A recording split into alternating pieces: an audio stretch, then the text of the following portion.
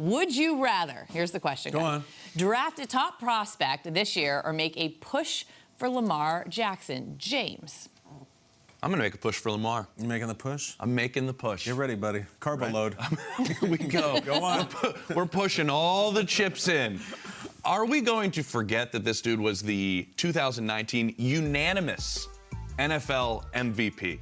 4th best career winning percentage of all time, behind Mahomes, Brady, Staubach, and then he comes in at number 4. And so when I look at what Lamar has done, it's proven. The question mark with every draft pick is there. There's no question Lamar can play. There's no question Lamar wins games. And if you want to get in and compete with the Chiefs, the Bengals, the Bills, I'm going to throw him out there because the way he played the second half of the season, the Jaguars, all of these other teams that have quarterbacks that are going to have a Super Bowl window for an extended period of time, maybe you have to make a move like this to get into that group. Now, I completely understand. I've talked to some coaches around the league that said you go and you make this trade and you have to sign him to this contract. It could cripple your franchise.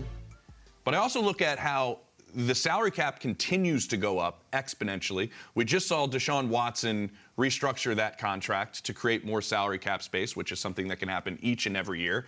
So you can still find your ways around it. The Denver Broncos just did this a year ago. Obviously, the results weren't there, but my point is you gave up 2 1s, 2 2s, I believe a 5, Drew Lock, Shelby Harris, Noah Fant, much more than maybe you have to give up for Lamar. And they're getting crushed for that, though. They're getting crushed for it. They also spent more money in trying to rebuild their team yesterday than any other team in football. So my point is maybe it doesn't cripple your franchise in that sense. This would be a thought process to where you do eliminate the question of, can this guy play? Yeah. Do you draft Zach Wilson? Or do you get Trevor Lawrence? With Lamar how he plays. Listen, of course I want Lamar on my team, but I want the 12-bedroom mansion, too. I can't afford it. I can't do that. I look at these people. We have a lot of house hunters in our house. You know, these people go around and they're looking, and they tell their realtor, they're like, well, our budget is $600,000. And the realtor's like, can I just show you one that's $870? And they're like, sure, let's look at it. Terrible idea. Terrible. It always ends horribly. They always go with that one. It's a nicer house. It's irresponsible. They shouldn't do it. That's One's Lamar. The shoe salesman and the other one She's sells great. belts. Yes, and it's like a substitute kindergarten teacher, and they're like, let's go $2.5 million. I don't know how those people come up with their money, but God bless them. I don't know how you come up with the money to pay Lamar, if only because you then have to jump in and tag out for the Ravens to do this negotiation, which is so mysterious, so strange, so difficult, so impossible. And then even if we stick the landing and we pay him $230 million a year, my God, do we have anything left to put out there on the field? This is why it's a good question. He's a great quarterback. Okay. Also, let's not fool ourselves into thinking that Lamar Jackson is like Patrick Mahomes. He's faulted. He's not the perfect player. He is not the future. He is not perfect like Mahomes is. He's faulted. He's not the best passer in the world, although he's very good. He gets hurt. It's not like this flawless product. There's flaws. I'm going to roll my dice in the draft. That's what I'm going to do. And I'm going to put some great defenses out on the field, Palmer.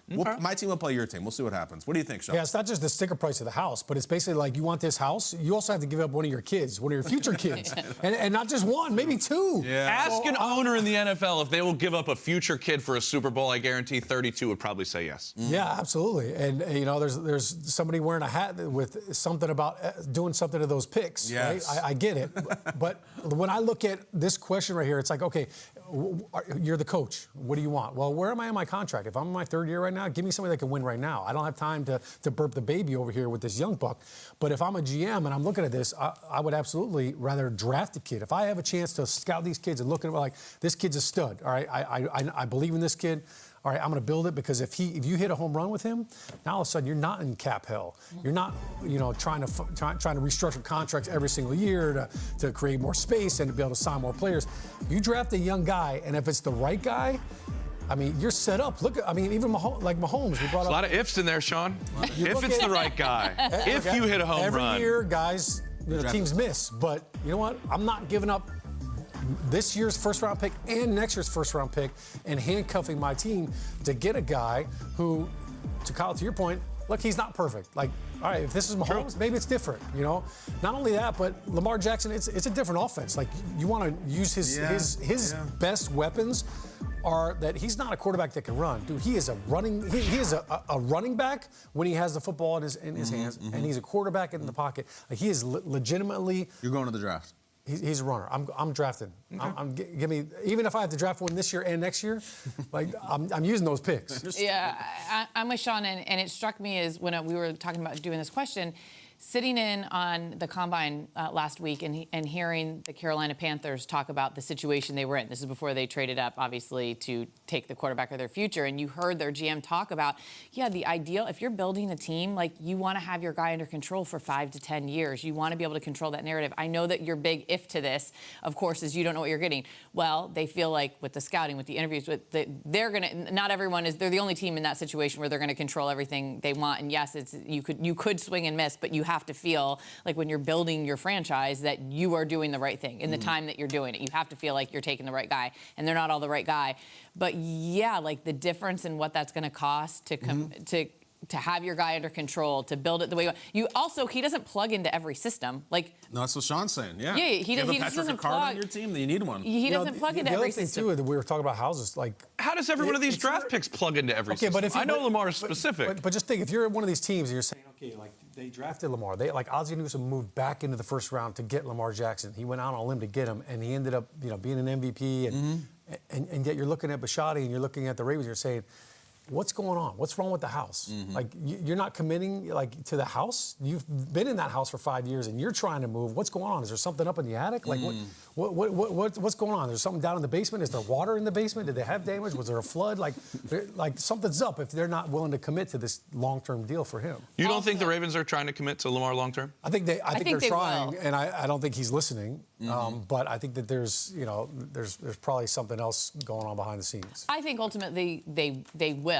I think that's where he's going to end up landing when all is said and done and all these conversations are over. However, just to clarify, earlier on when we were talking about no team has made a move, they can't make a move till Wednesday, and then factor in the whole Lamar thing where he's his own agent. Like, then things get even That's trickier. What's fascinating tomorrow. Is there going to be a feeding frenzy of Lamar? Yes, we can't wait. We're going to get Lamar. Or is it going to be crickets? And for one reason or another, A, because there's some sort of plan to do that, or B, because, I don't know, we're going to take our chances in the draft. We don't want to pay $200-some million for Lamar. We love him, but that's not where we are right now. Watch tomorrow. I think the second one of that is the one that we have to watch around the league.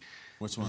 Scott Pioli said this on our air last night, and I found it really kind of interesting. He was like, sometimes teams are lazy.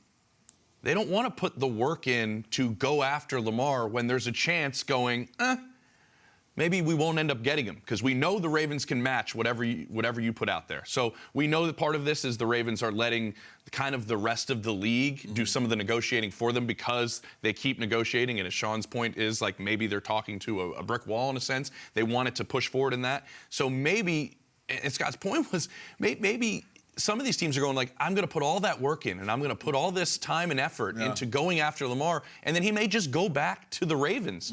That might be one of the reasons why we don't see a lot of teams knocking at the door and banging it down for Lamar, is because you could do all of that work and still not land it. Do any of you think he's not going to be with the Ravens next year? No. I think it's very, very wide open. I do. I think there's a very good chance. Yes. See, I think it's no question. I mean, I think it works out.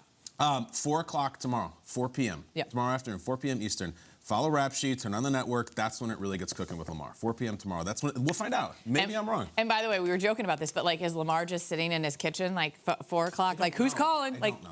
He's not alone. Is full. Mom's there. That's what intrigues me the most. All right, coming up, Aaron Rodgers.